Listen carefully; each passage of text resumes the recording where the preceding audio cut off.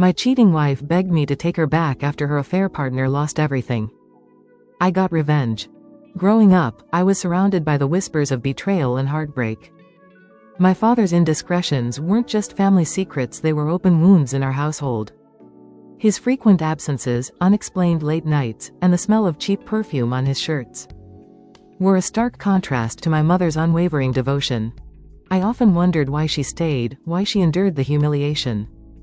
As a child, I believed in the sanctity of love, thinking it was something magical that could weather any storm. But the cracks in their marriage taught me otherwise. They revealed a harsh reality where trust was fragile, and love could be weaponized. I promised myself my life would be different. When I met Jody in high school, I saw in her what I hoped for: kindness, loyalty, and a sense of shared purpose. We built our relationship on what I thought was a foundation of mutual respect and transparency. From the day we exchanged vows, I envisioned a future free of the chaos and pain I grew up with. I was determined to provide her with the stability my parents never had. Yet even the strongest foundation can be undermined. And as I would soon learn, illusions of security are no match for the unpredictable storms of life. The night my wife, Jody, decided to spend it in the company of another man wasn't just another evening. It marked the end of an era in my life. She assumed I would take it in stride, that her pursuit of a fleeting thrill wouldn't matter to me. Perhaps she was correct about her excitement, but she miscalculated how deeply it would cut. What she saw as a harmless adventure, I saw as a betrayal. That unraveled the very fabric of our marriage. I was at my desk, sipping coffee, thinking about the morning with Jody. We met in high school and mostly dated each other, though we briefly dated other people during disagreements, always coming back to one another. We gave each other our pureness before prom, and married 9 months after graduation. As far as I knew, I was her only partner. My phone rang. I didn't recognize the number, so I hesitated. I hate scam calls, especially the ones from the IRS. But this time, it was Jody's office number. "Hi, honey," I answered. A man's voice responded, sharp and formal. "This isn't your wife, Mr. Taylor." I blinked, confused. "That's me, John Richard Taylor III, but I go by Trey." The man introduced himself. "I'm Michael Hamilton, a colleague of Jody's. I need you to meet me this afternoon." His tone didn't explain much beyond that. I felt a sudden rush of concern. "Is she okay?" "She was fine when I last saw her," Michael replied. "But I have some information about her that I think you should know." "Can you meet me at noon?" He wouldn't explain over the phone. I agreed reluctantly, still unsure if this was some kind of joke. At noon, I met Michael outside Spike's restaurant. He suggested we walk to avoid being overheard, so we headed towards Central Park. "Your wife has been spending a lot of time with a man named Stan Morrison at work," he started. "They go to lunch together every day. And today, they were openly discussing their plans for tomorrow night. Dinner at the Hilton, followed by dancing, and then spending the night together." My stomach sank. "Are you telling me they're sleeping together?" "Yes," Michael confirmed.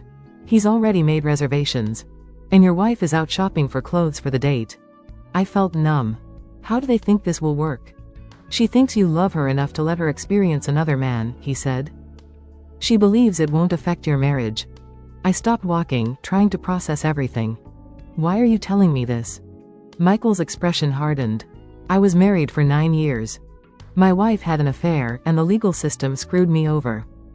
Now I'm trying to help someone avoid my situation." We talked for a while longer before he left. I was left thinking about my marriage and what the future held. If Michael was telling the truth, my marriage was over. It scared me how easily I could consider that possibility, based on a brief conversation with a stranger. I thought back to my childhood, and the pain my mother endured with my father. He was a heavy drinker and womanizer, having multiple affairs and openly mocking her. When I asked why she put up with it, she simply said, "I love him." One day, when I was about 11, my dad took me to his girlfriend's house. I ended up walking home after getting bored of petting her dog. When I told my mom where I had been, she didn't confront him. But 2 days later, he spanked me with a belt for breaking a plate. Looking back, I realized it was because I had snitched on him. After seeing how my mother suffered, I couldn't imagine condoning Jody having an affair. Even thinking about it made me sick. Call me whatever you want. But I wasn't going to live through what my mother did. Eventually, she left my father, and life got better for both of us. She remarried and is happy now. Now, Jody and I live in a house owned by my mother and stepfather. So I was stuck wondering, confront her or ignore it? Wait and see? As a salesman, I knew I had to be proactive, not wait for things to come to me.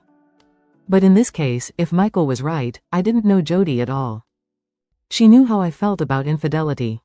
So I decided to take action. But how do you act when you don't even know if the situation is real? I planned out every possible scenario. I imagined the worst case outcome and asked myself what I could live with. If I couldn't accept the worst, I would have to make another choice. I made up my mind. First, I found a private investigator. After a quick meeting and spending a lot of money, we had a plan in place. Now I had to figure out how to act when I got home. When I arrived, Jody was there. She kissed and hugged me like she always did. And I had to decide how to respond. I could act normal, which would allow her plans to proceed. Or I could drop a hint about what I'd learned. But if I did that, she might just deny everything and wait for things to blow over. I wasn't going to live with that doubt. On the other hand, if I acted suspicious, she might abandon her plan. I decided to act normal. We had dinner, and I fried the pork chops like usual. Acting normal was harder than I expected. But either she was a great actress. Or, as Michael said, she was so confident that she didn't even try to hide anything. Around 11 p.m., I went upstairs to get ready for bed. Jody was already asleep. I showered, then lay awake, unable to sleep. At 6 a.m., she got up, dressed, and went downstairs. A few minutes later, I did the same. Only to find she was already gone. We rarely left the house without kissing each other goodbye. But today was different. It was Friday, usually a good day for RV sales. But I decided to take the day off. I called my boss. Then contacted the dealership's attorney to ask for a divorce lawyer recommendation. He referred me to his wife. But warned me she didn't take cases from husbands who cheated. After he called her, I met with the lawyer. I explained my conversation with Michael Hamilton. She asked why I'd hired an investigator based on an unverified story from a stranger. I told her about my parents' marriage and my personal stance against infidelity. She suggested I wait and confirm Hamilton's story, adding that if Jody was as confident as he said, then she'd have nothing to lose by having an affair. I told her that I wouldn't tolerate any affair, big or small. And if Jody went through with her plan, I wanted her served by Monday. If Hamilton's lying, I'll have to eat crow, I said. But if he's telling the truth, I'll be ready. She assured me the paperwork would be ready if needed. By 1 p.m., I was back at work, trying to sell a van to an elderly couple. At first, I was doubtful about selling a 45-foot motorhome to them. But after spending time with them, I realized they were in great shape. And had a lively, loving relationship. I envied their energy and bond, hoping Jody and I could be like them one day. They picked out their van, and we took it for a test drive. Mr. Jacobson drove confidently. And I could barely focus on the sale, enjoying their conversation. It made me think of how I wanted my own marriage to turn out. I decided to give them a trade discount, taking a bit from my commission. They bought the van, smiling as they left. It was time to head home. I checked in with my investigator and was reassured everything was set. At 5:30 p.m., I pulled into the garage. Jody's car was in its spot, and the house was quiet. No dinner cooking. I stayed calm, placed the package from the investigator on the mantel, and sat down to wait. At 5:45, Jody came downstairs, looking stunning in the outfit Michael had described. She had her overnight bag in hand. "Wow, you look gorgeous," I said, trying to hide the knot forming in my stomach. "What's the occasion?" "One of the guys at work has been asking me out, and I thought it'd be fun," she replied casually. "What do you mean, go out with him? Like a date?" I pressed, the confusion creeping into my voice. "Yes," she said, not missing a beat. "We thought, since you're the only man I've ever been with, I'd like to sleep with someone else. We're going to dinner, then dancing, and spending the night at a hotel." I felt the blood drain from my face. I couldn't believe how calm she was. "You can't be serious. You're really spending the night with another man?" "I'm not agreeing to that." "And who is this we're talking about?" I demanded, struggling to make sense of it. It's no big deal, she said dismissively. Just one night of fun. I'll be back tomorrow, and it'll be like nothing happened. I might even pick up a few tricks you might like. There's no way I'm letting you go out tonight with someone else, I said firmly, my voice tight with anger. Don't be ridiculous, she shot back. I'm serious, Jody, if you go, our marriage is over, I said, each word heavy with finality. Just then, we heard a car honk from outside. That's him, she said, heading toward the door. I moved quickly, blocking her path. Please don't do this, I said, my voice pleading as I reached out. I have to go, she replied, stepping around me. And kissing me on the cheek. I'll be home by noon tomorrow, and everything will be fine, she said, already heading for the door. If you leave, you won't have anywhere to come back to, I warned, my heart sinking with the words. Now you're being really stupid, she said, rolling her eyes. Enjoy your night thinking about how much fun I'm having. We'll talk tomorrow. Good night. She kissed me and left. I didn't watch her get into the car. I walked over to the fireplace, turned off the recorder, and carried the box of trash bags upstairs. It took me nearly 2 hours to remove every trace of her. I emptied her closet and bathroom vanity, even taking her birth certificate, high school diploma, and social security card from the safe. I set everything by the garage door, and gathered up her family photo albums, school awards, and the Remington bronze statue from her grandfather. I cleared out all her magnets from the fridge, stuffed everything in her car, rolled it out of the garage and parked it on the street, leaving the keys on the driver's seat. I climbed into bed, but sleep wouldn't come. I tossed and turned for hours. Finally, I got up, made coffee, and tried watching a Hogan's Heroes marathon, but it didn't help. For the next 2 days, I couldn't sleep at all. I felt like a zombie. By 11 a.m. on the third day, I'd finished a sale with the Jacobsons, wrapping up all the paperwork. I was home by 11:45. And the locksmith had already delivered a new set of keys. The investigator was there too, handing over the video footage he'd recorded over the past 18 hours. At 12:30, I was sitting in front of the TV, watching the tapes, when I heard the doorbell. I opened the door to find Jody standing there. Hey, my key doesn't work, and why is my car outside? She asked. I blocked the door. Your key doesn't work because you don't live here anymore. And your car is outside 'cause I don't want it in my garage. What are you talking about? This is my house now, she demanded, trying to push past me. I told you last night, if you got in that man's car, you wouldn't have a place to come back to. All your stuff's in your car. You can't be serious, she said, clearly shocked. It was just, she started, but I didn't let her finish. I slammed the door in her face. She pounded on the door, so I opened it again. If you don't stop banging, I'll call the police and have you arrested, I threatened. Though I knew I probably couldn't do that. But I had nothing left to lose. You can't do that, this is my house, she yelled. This house belongs to my mother and stepfather, I replied. And they've decided you don't live here anymore. Now leave. She stood there, speechless. And I slammed the door in her face again. I went back to watching the tapes. But the anger inside me kept building. After a while, I glanced out the window and saw Jody sitting in her car.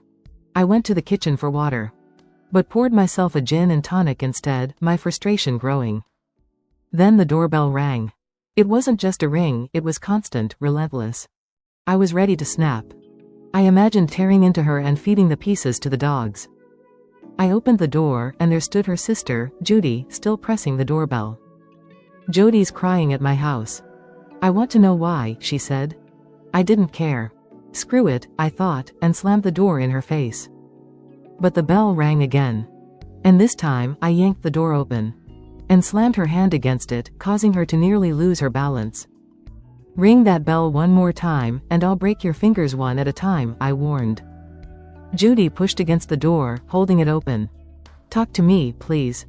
I stood there for a moment before slowly opening the door and letting her in. She looked at me. I thought you loved Jody. I can't believe you kicked her out over a stupid disagreement. Stupid disagreement? I scoffed. She told me you had a fight over a walk and that you kicked her out, Judy sighed. Well, that part's true. She wanted to go out, and I didn't.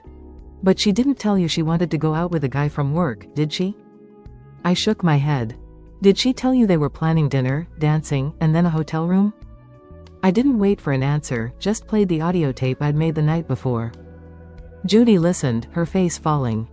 I had no idea, she said, shaking her head. Yeah, neither did I replied flatly. So what are you going to do? She asked softly. Divorce her, I said. She added, almost as an afterthought, no. This marriage is over, I said bitterly. Judy nodded, then stood up. I walked her to the door. She hesitated, looking at me, and I opened it, escorting her out. The rest of the evening and all of Sunday, I did nothing but eat grilled cheese sandwiches and drink gin and tonics. Self-pity had taken over. Then there was another knock at the door. Judy again. You said if I rang the bell one more time, you'd break my fingers, so I knocked, she said. I've been talking to Jody all day. What you told me is true. I let her in, motioning for her to sit down. So what's the deal? She says nothing happened, I asked. Judy nodded. She admitted it was a disaster. They went to the hotel, drank too much, passed out. She woke up, realized what she was doing, and insisted he take her home. Well, that's a story, I muttered, still not buying it. You believe her, don't you? Judy asked. I believe she and this guy spent days, maybe weeks, planning it. They spent time together, talked, grew close. He knows more about my marriage than I do. They planned to cheat, and it doesn't matter if nothing happened. That's a betrayal. Judy was silent. You don't believe her, do you? She asked. No, I replied firmly. Even if nothing happened, you're not going to forgive her, she pressed. Not in this lifetime, I said. We reached the door, and she paused. When this is over, can we still be friends? I took a deep breath. Jody and I are getting a divorce. If she fights it, it'll get ugly. By the time it's over, you probably won't want to be friends with me anymore. She smiled faintly. I see. Well, I think I'll miss you. She placed a hand on my cheek and kissed my other cheek softly. Then left, closing the door behind her. Since Saturday, my phone had been off most of the time. Jody tried reaching me repeatedly but eventually gave up. I managed to speak to her father, who tried to convince me that since nothing physical had happened with Stan, it wasn't a big deal. And I should move on. I explained it to him the same way I had to Judy. After the call, he realized divorce was inevitable and sighed before hanging up. On Monday, I called my attorney and told her about the weekend's events. I also instructed her to serve Jody with a summons that day. My attorney assured me it would be done by the end of the day. I spent the rest of the day not remembering much. Around 4 p.m., my phone rang. I saw it was Jody's office number and decided to answer. Hello, I said. Good afternoon, Mr. Taylor, this is Michael Hamilton. I thought you might want to know that there was some excitement here today, he said. Really? I asked, curious. Yes, your wife was served with a summons. And after reading the papers, she fainted. An ambulance took her to the hospital. When the paramedics left, Stan Morrison picked up the papers, looked them over, and almost fainted too. As serious as the situation was, part of me found it darkly amusing. But I had no sympathy for either of them. I'll keep you posted on any developments, Michael said. Please do, I replied before hanging up. A moment later, my phone rang again. It was Judy. Hello, I answered.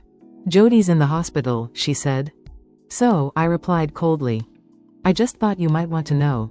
I didn't ask, I added, more sharply than I intended. Are you really that heartless? Judy asked. My coldness comes from your sister, I answered. I warned you this would go south. This is just round one. The following weeks played out predictably. Jody tried to talk to me countless times, but I ignored her.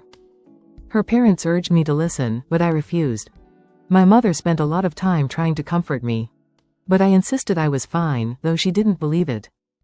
Michael Hamilton called daily, and I enjoyed his calls. He was the only one who knew what was going on with Morrison. Jody came to work but just sat at her desk, only meeting with her lawyer. She and Morrison barely spoke, at least not in front of anyone. Me, I was just stalling. Our lawyers set up a meeting. Jody, her lawyer, my lawyer, and me. It was the first time I'd seen her since I kicked her out. She looked thinner and worn out. And I was surprised to see Judy there. Jody's lawyer asked if everything was okay. Are you sure you want to be here? I asked Judy. I'm here for Jody, she replied. That's not what I asked, I said, staring at her. But fine, stay. Jody was already sitting at the table, so we all took our seats. Her lawyer started. Mrs. Taylor categorically denies the infidelity and asks for the divorce petition to be dismissed so they can work on saving the marriage. She's willing to go to counseling. My lawyer and I exchanged a glance before he spoke. If there was no infidelity, could Mrs. Taylor explain her actions that night? We all looked at Jody. I'll be happy to, she said calmly. A gentleman friend picked me up. Does he have a name? My lawyer asked. Of course, but his name isn't important. Nothing bad happened, so no need to involve him. She repeated what Judy had told me. Champagne, dinner, more champagne. Getting too drunk to have fun, passing out. And then coming home to be kicked out. Poor misunderstanding, she sighed. I made a mistake. I love my husband, and I want him to forgive me. I looked at Judy, who nodded in agreement. My lawyer, who had been quiet until now, asked. Okay, let's assume everything you said is true and no sex occurred. Was there any touching, anything that wouldn't pass the husband test? Absolutely not, Jody insisted. Judy nodded. My lawyer glanced at me, and I glanced back. I picked up the remote, pressed play. And a screen dropped down from the ceiling, showing Jody walking to Stan Morrison's car in our driveway. He opened the door for her, and they kissed, long and passionately. Then they got in and drove off. I paused the video. Lie number 1, I said, looking around the room. Everyone sat up straighter. Jody turned pale, and Judy just stared at her sister. On Thursday, after Michael Hamilton's call, I spoke with my investigator. We planned to videotape Jody's every move on Friday night, starting when Stan Morrison arrived at our house. Thanks to Hamilton, we knew the location of their date and the room number they had booked. My investigator was able to get access to their suite before check-in. You said there was no inappropriate touching, right? I asked Jody. Yes, she replied, though unsure. I pressed play. The video showed Jody and Morrison at the Hilton's restaurant, where his hand was on her rear. Lie number 2, I said. Jody looked around. Her lawyer was reading the divorce petition, and Judy was inspecting her nails. The video continued. Jody and Morrison ordered champagne, finished it, and rushed to the elevator. I had paid my investigator $1,000 to get into their suite before they checked in. 4 minutes after entering, Jody was already entertaining Morrison. Then Jody screamed and ran out, followed by Judy. I paused the video. Seems my client forgot some details, said Jody's lawyer, quickly packing up and leaving with the sisters.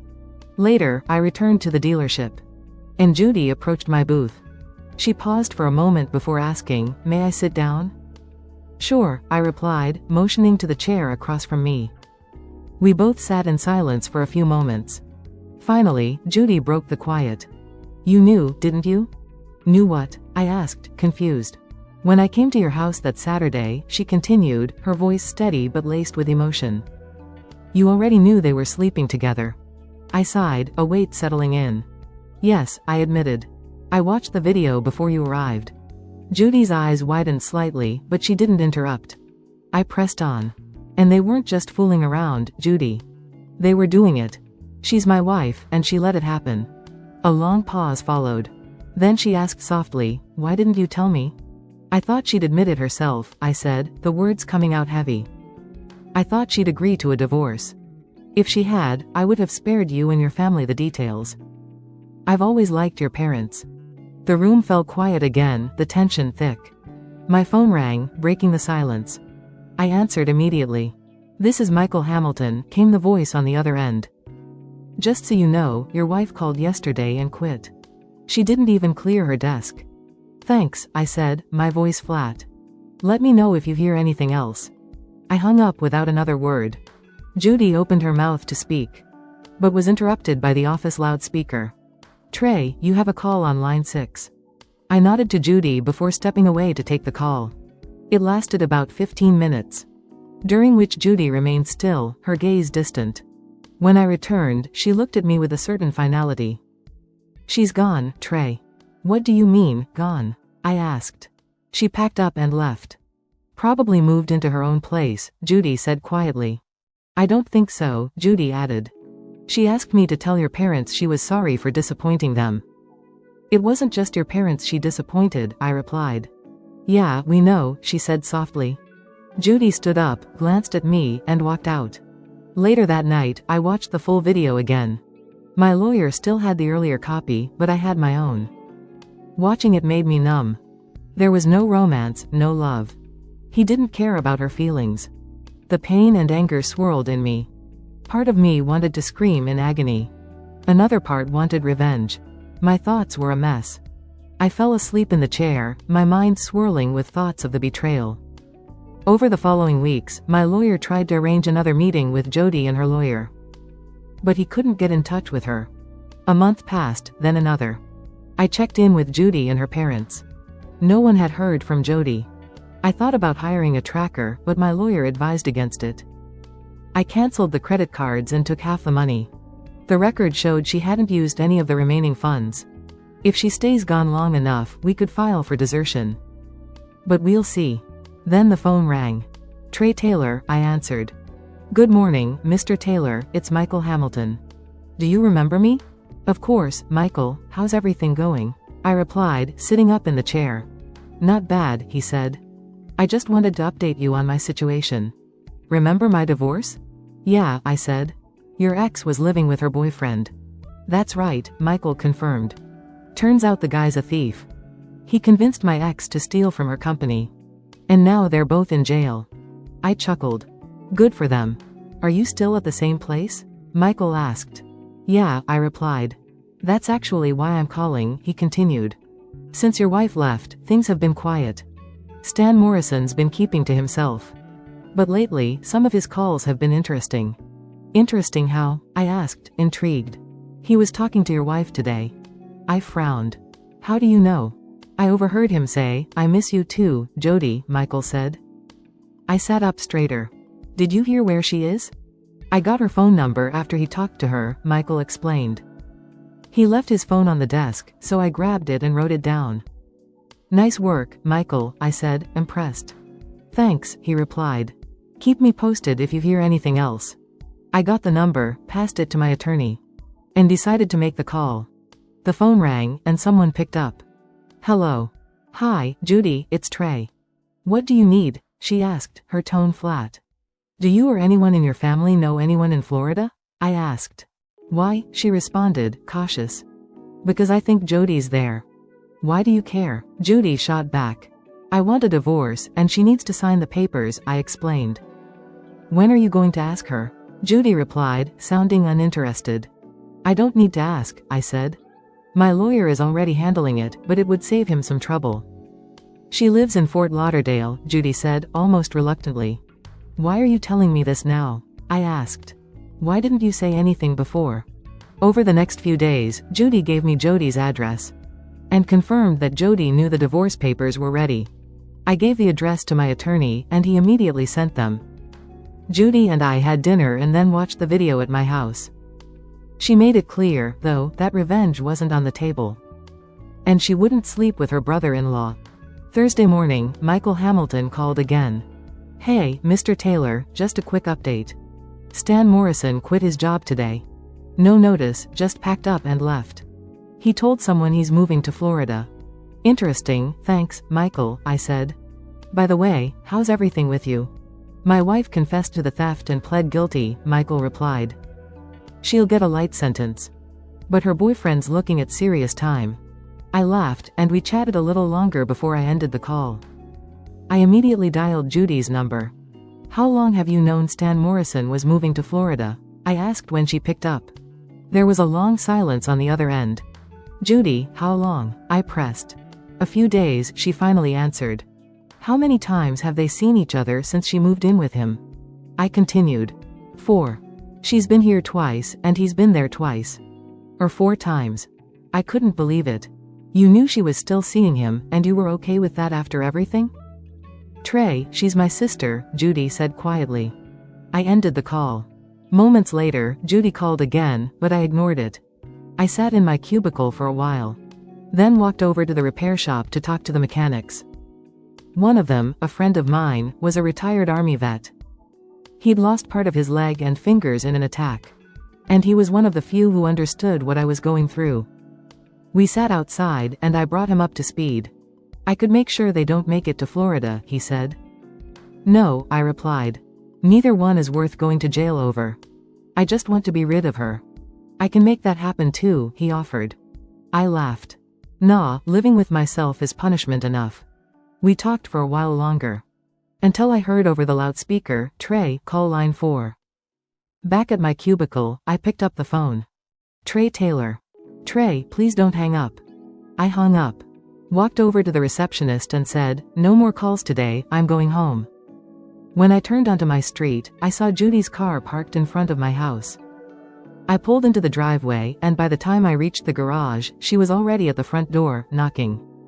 She remembered my threat about the doorbell. So I entered through the garage and made my way to the kitchen. She kept knocking, so I decided to answer.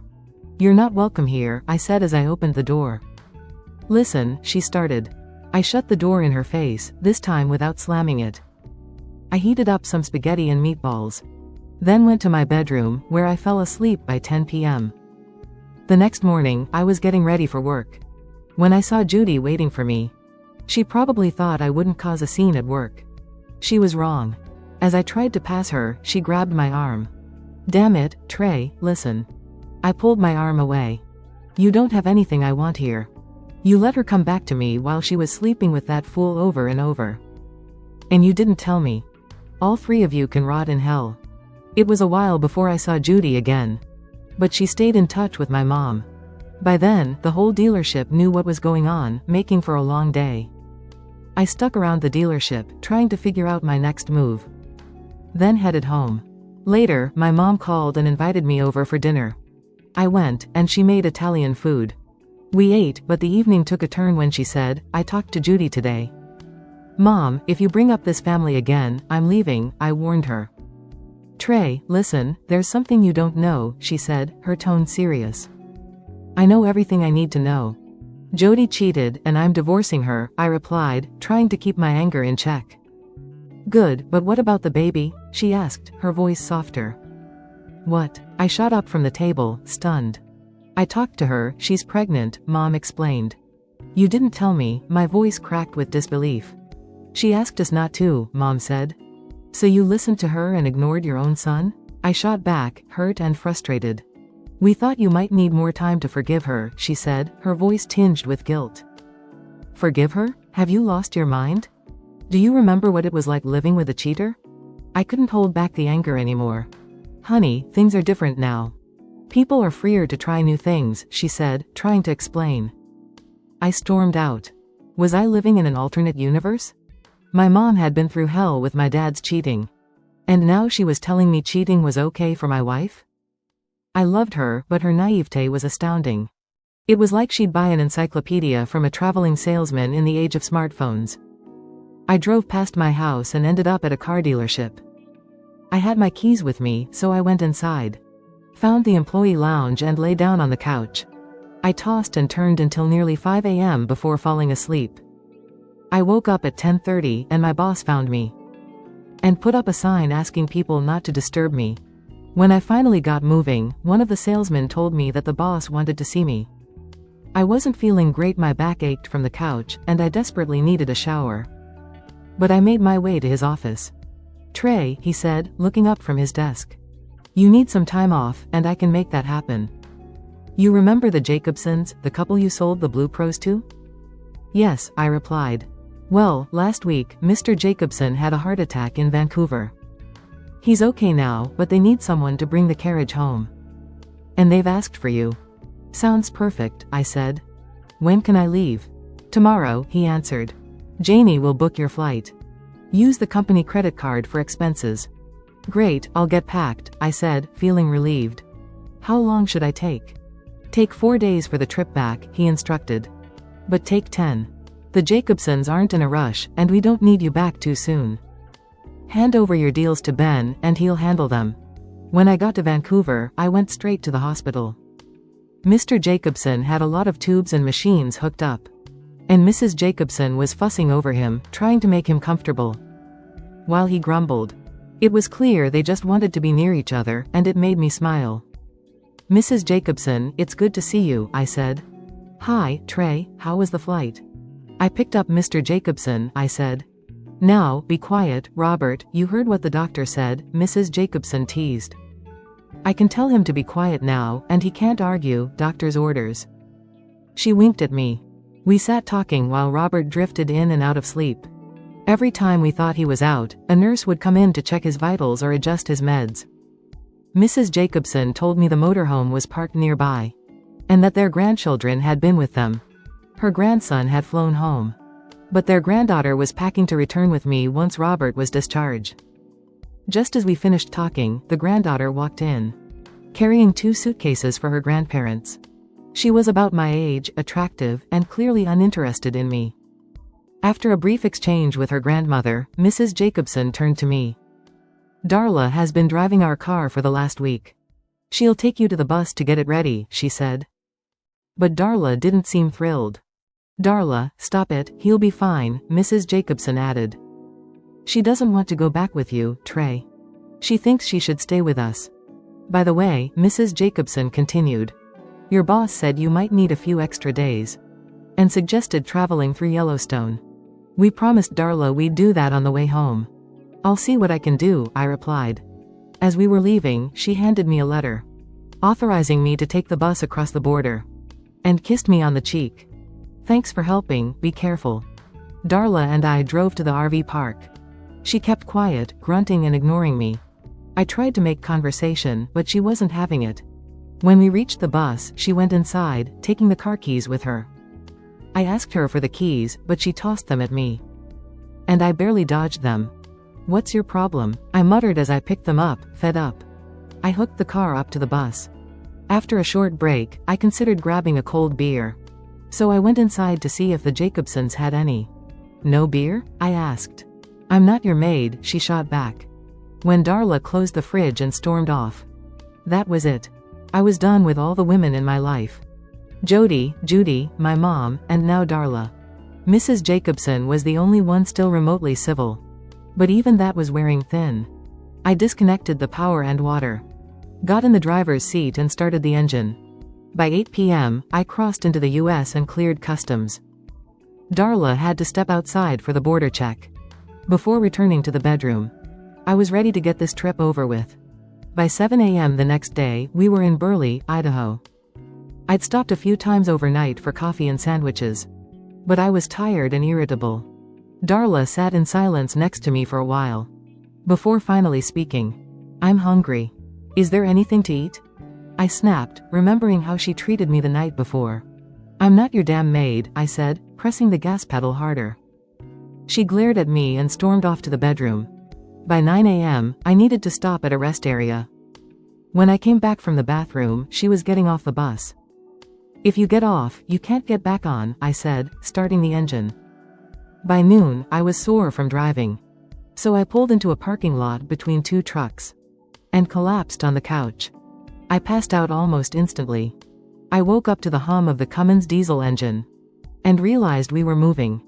Checking the time, I saw I'd been asleep for 5 hours. Darla was at the wheel, driving fast.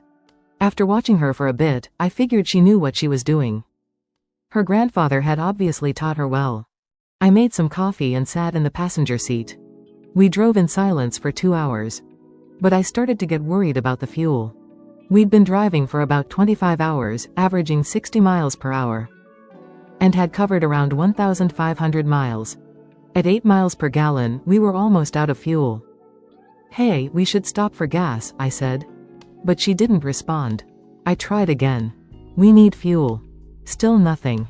Finally, she snapped, "I took care of it while you were snoring."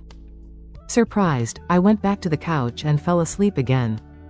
I never saw her eat, drink, or use the bathroom during the trip, but she managed everything while I slept. After another 3 hours, we stopped at a truck stop in Dumas, Texas. It was past 10 p.m. I made sandwiches, grabbed coffee, and took the wheel, heading for Houston. I drove through the night, only stopping once for a bathroom break and some snacks. By 8 a.m., I pulled into the dealership in Houston. I needed a break, so I went downstairs to the restroom. It had been less than 40 hours since we'd gone through customs. but it felt like days. As I came out of the restroom, I saw the Jacobsons' car pulling out.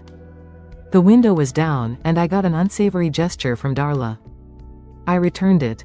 Then made myself coffee in the break room before crashing on the couch. I didn't stir until 3 p.m. When I woke up, I found a note from my boss saying he wanted to see me. I headed to his office and knocked. "You're monopolizing the break room," he said, half joking. "I got a call from Mrs. Jacobson. She wanted to know how you survived driving with her granddaughter." I raised an eyebrow. "What do you mean?" He shrugged.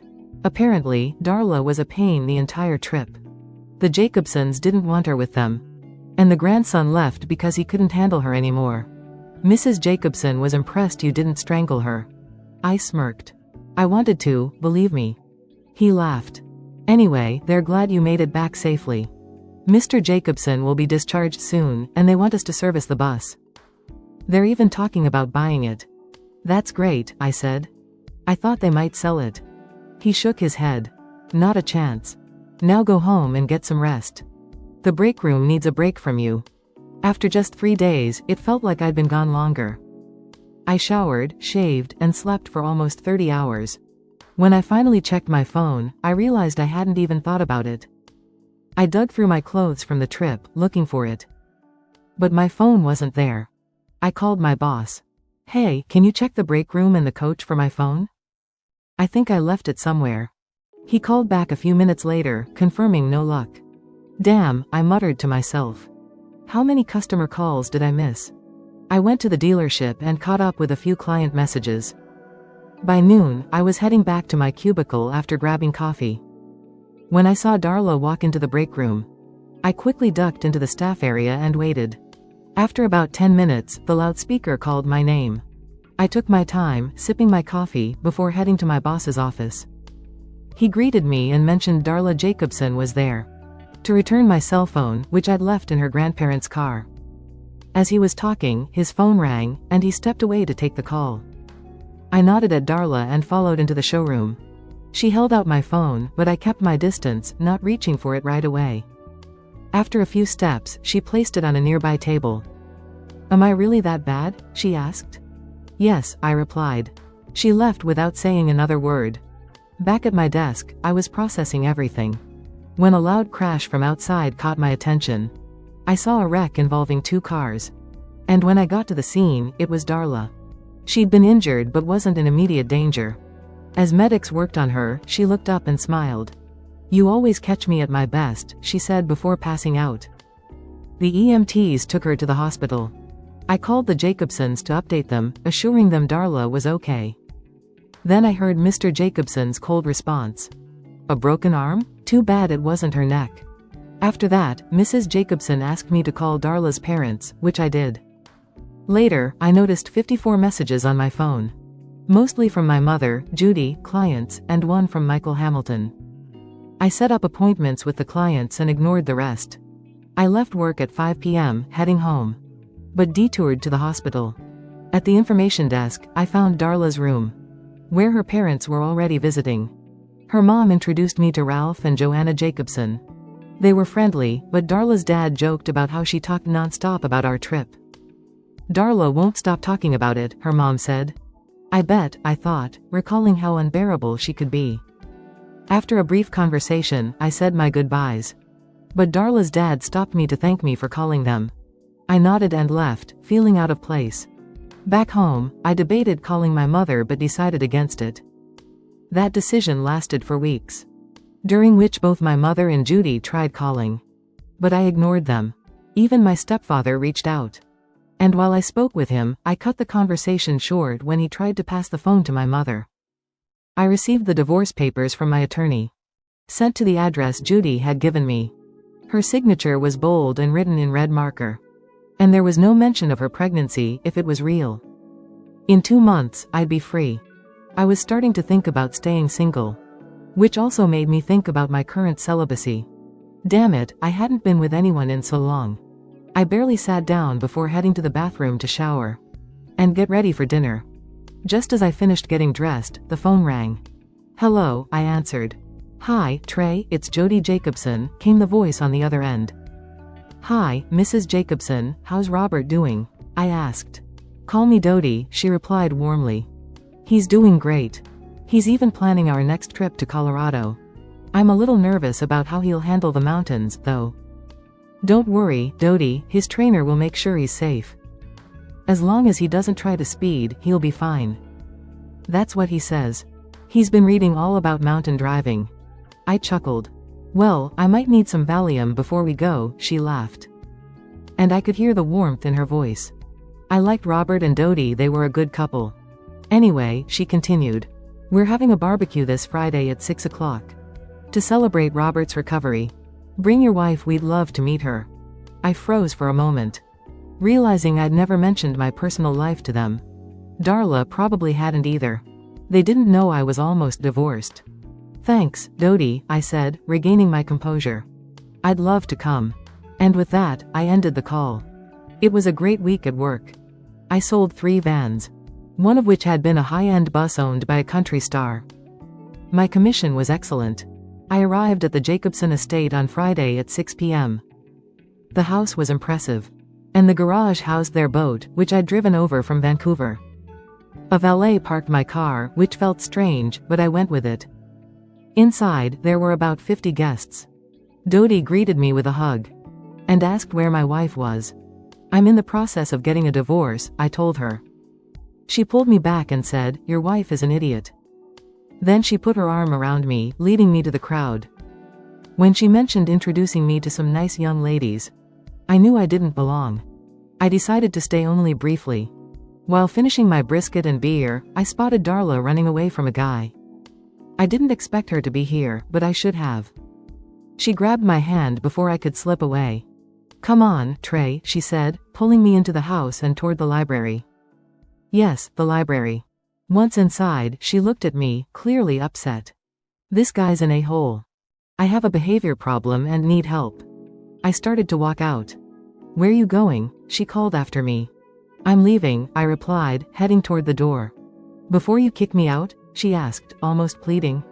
"Because I agree with him," I said, turning back slightly. He shouldn't have said that in front of everyone. Someone had to say it. "Damn it, Trey, you're supposed to be on my side," she shot back, frustration in her voice. "Why? The only nice thing you ever said to me was while you were lying in the street bleeding," I retorted, my words sharp. She slumped onto a chair, and I stood still, not looking at her. "How's the arm?" I asked, trying to break the tension. "It itches like hell," she muttered. "I have to use this thing to scratch."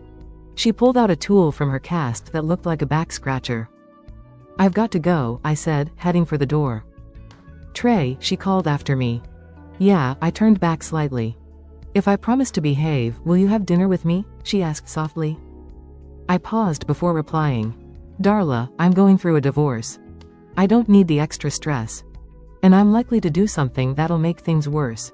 So, no, dinner's not a good idea." Saturday morning, I packed up and left. My mom showed up at my door later that day, and I let her in. "I've been thinking it over, and I agree with you," she said. "There are things we can compromise on. But faithfulness in marriage isn't one of them. You reminded me of the pain with your father. And no one should go through that. I'm sorry for pushing you to get back with Jody. I was selfish, only thinking about the baby and the idea of being a grandmother. Please forgive me." I forgave her, and we hugged. We chatted for another hour before she left. Monday morning, my phone rang. "Trey Taylor." "Good morning, Trey, it's Michael Hamilton. I have news." "What's the news?" I asked. "Stan Morrison called to ask for his job back. And they said no," he replied. I laughed. "Just thought you might want to know." "Thanks, Michael," I said, hanging up. Now I was on a first-name basis with him. Around noon, the Jacobsons' carriage pulled into the yard. I was with customers, so I couldn't greet them right away. 30 minutes later, after walking my clients to their car, I made my way to the bus. Darla opened the door. "Hi, come on in," she said. I stepped inside and turned left, avoiding the driver's seat. Once seated, I noticed the smell of lasagna from the kitchen. Darla handed me a glass of wine. "Clink," she said, holding up her glass. We both took a sip. It was a great Chianti. I thought I'd offer lunch instead of dinner. Also, I figured it'd be better to talk privately. Instead of embarrassing or pissing you off in public, she said. I asked my grandparents if I could use the bus. And when I explained why, they agreed.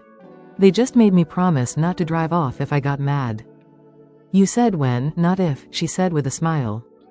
He knows you well. I expected an argument, but Darla stayed calm. Took another sip of wine and turned to fill her glass. I hope you're hungry. I made lasagna this morning. It's really good if I do say so myself, she said, moving around the kitchen despite her cast. The doorbell rang. Bring it in, please, she called. I went to open the door and my boss stood there. I waved it off awkwardly. It's okay, I said, closing the door and returning to my seat. Darla seemed at ease. She moved naturally around the small kitchen, clearly comfortable. I smiled, but I knew one of us would probably do something to annoy the other eventually. She asked me to sit at the dining table, and I did. The bus was tight on space, but the living area expanded with sliding drawers. We ate, chatted, and finished a bottle of Chianti. Neither of us had gotten on each other's nerves yet. After a couple of hours, I decided to head back to work. Thanks, Darla, it was a nice surprise, and the food was great. My pleasure, she said, walking me to the door. As I stepped down, she leaned in and kissed me gently.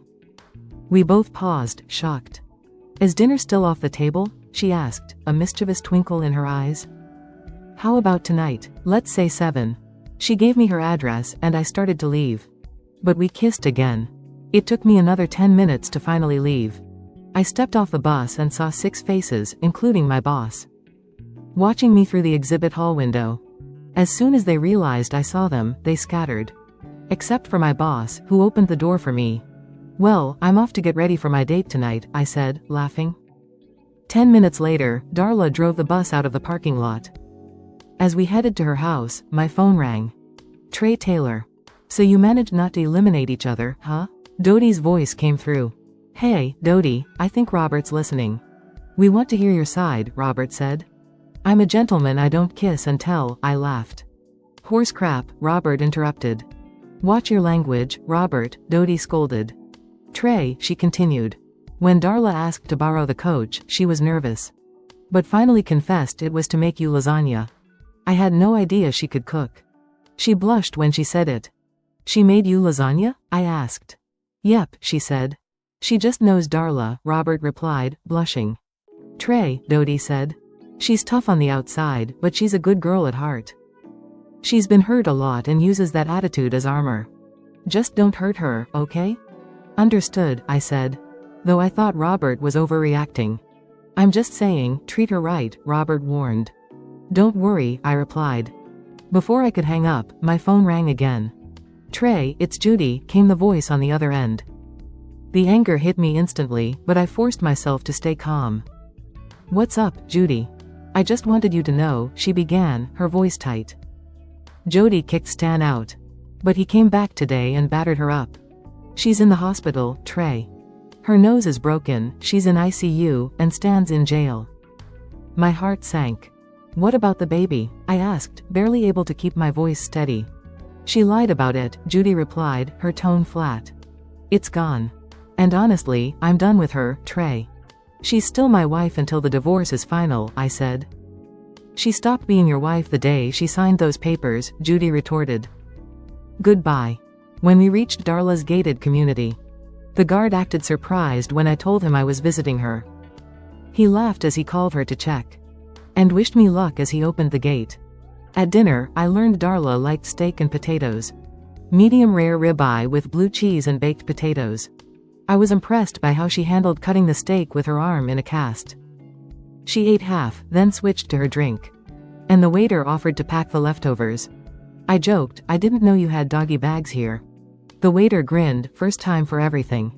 As we left, the same guard was at the gate. But this time, his expression was less amused. I glanced at Darla and joked. I don't have many dates, and he's not used to me coming home in the same car I left in.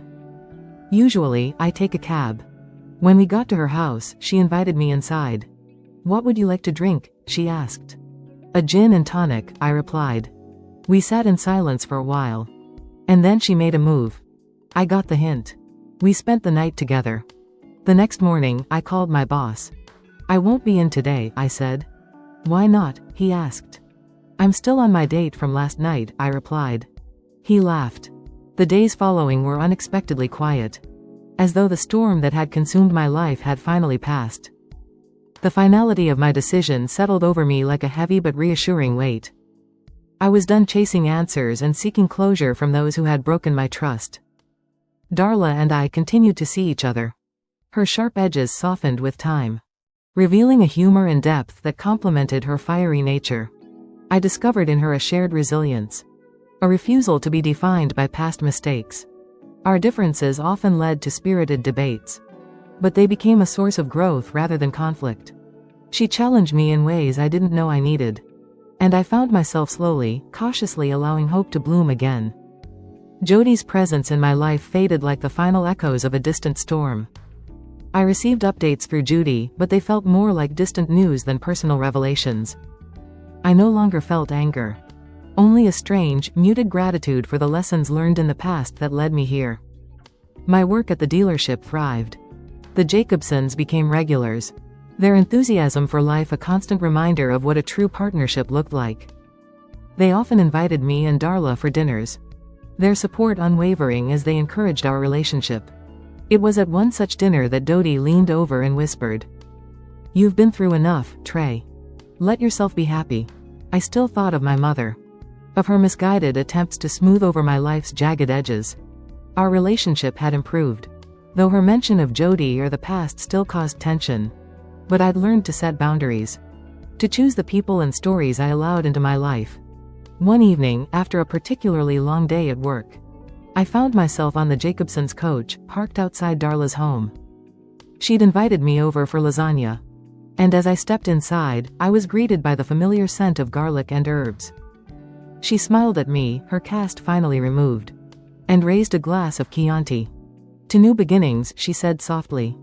I clinked my glass against hers, the weight of the past lifting slightly with each sip. I didn't know what the future held, but for the first time in years, I wasn't afraid to find out.